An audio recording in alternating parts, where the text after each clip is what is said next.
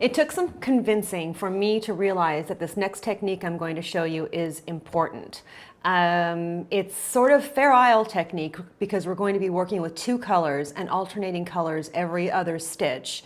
And the effect is this vertical striping here at the bottom of the sweater and on the sleeves. Now the thing that I needed convincing about was how you're holding the yarn. A friend of mine insists that holding one strand above the other creates one of the stitches being more dominant than the other one. And in the Fair Isle that I've done in my life, it never made a difference until I designed this sweater and I realized that it made a difference.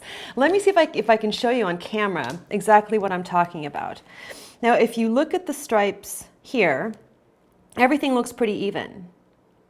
The blue and the tan are all pretty even.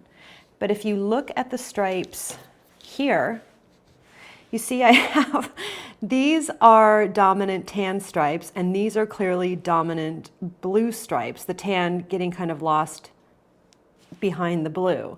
And that's because I switched which yarn I was carrying over the other one working on this Fair Isle. So now I'm convinced. Let me show you how to work this.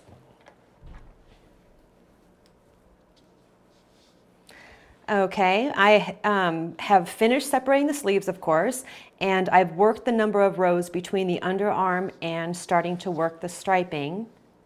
And it doesn't matter which color you start with. I'm going to start with my main color, put my needle into the second stitch. Whoopsie. Okay, put my needle into the second stitch, grab my second color and leaving about a 6-inch tail, wrap the yarn around that needle and pull it through. Put the needle into the third stitch and knit with the green, into the fourth stitch and knit with the tan.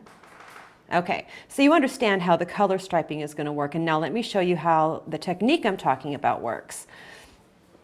I am going to want to carry the green yarn on top over the tan yarn all the time to make sure that the green stitch, I suppose, stays dominant. I'm actually not sure which one would be considered dominant, but I just want it to be consistent across all of the stitches. So I'm going to carry the green on top and the tan underneath. And let me show you how I hold two colors of yarn. Now, I realize not everyone is a right-handed knitter, but this is how I can demonstrate because this is how I do it. I put my two colors there and put my fingers, my first two fingers in there like that and hold on to both strands with my pinky and ring finger. Okay, so I've got my fingers in here like this. Put my needle in. I want green this time, so my first finger is going to throw it. I want tan this time, so my middle finger is going to throw it. Green, tan. That's actually my first finger both times, I guess. It just depends on the way that I throw it.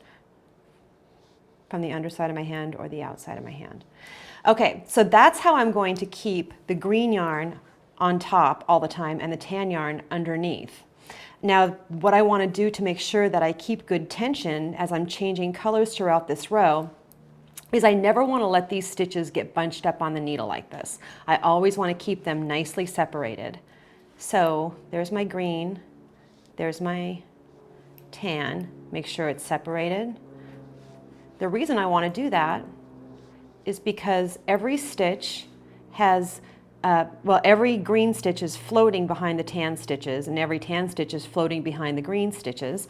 And we want to make sure that those floats on the back of the work are plenty long so that the work can lay out nicely and not be bunched up together. Did that make sense? We want, just giving it a tug will make sure that we have enough room for all of that to lay nicely. Okay, you're going to work the required number of rows for the vertical stripes and then follow your pattern. In this pattern, we go back to 1x1 ribbing for the bottom of the sweater. And next up, we're going to take a look at how to work the sleeves.